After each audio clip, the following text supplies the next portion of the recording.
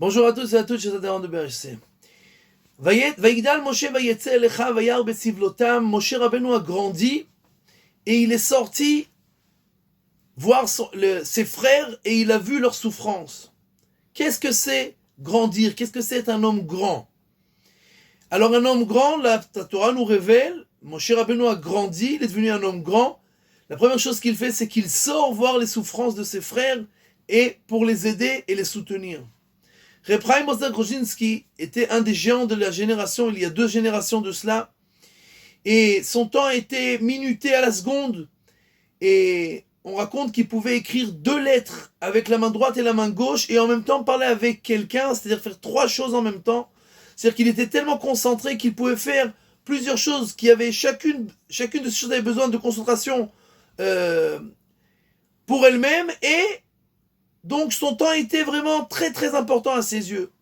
Un jour, il va avec des élèves dans la rue et quelqu'un leur pose la question: comment on fait pour arriver à telle ou telle rue?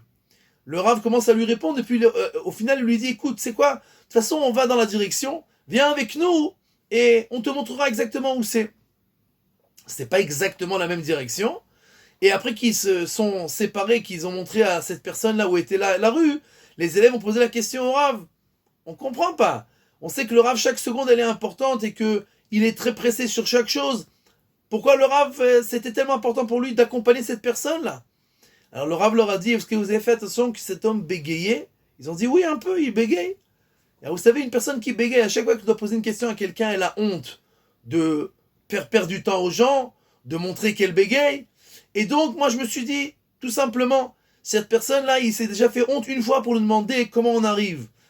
En lieu qu'il se fasse honte encore plusieurs fois en demandant à plusieurs personnes comment on arrive, alors je dis, si déjà on va dans la direction à peu près, alors on va l'accompagner pour lui éviter d'avoir honte encore plusieurs fois. Ça, c'est être un homme grand. Un homme grand, c'est exactement ce que nous dit le verset. Vaïgdal Moshe, Vayetze Elecha Vayar Betzivlotam. Moshe grandit, il est sorti et il a vu les souffrances de ses frères et il a voulu les soutenir et être avec eux. Ça, c'est être un homme grand, c'est ce que la Torah nous apprend. Pas seulement à grandir dans les connaissances, mais surtout à grandir dans notre manière de vivre.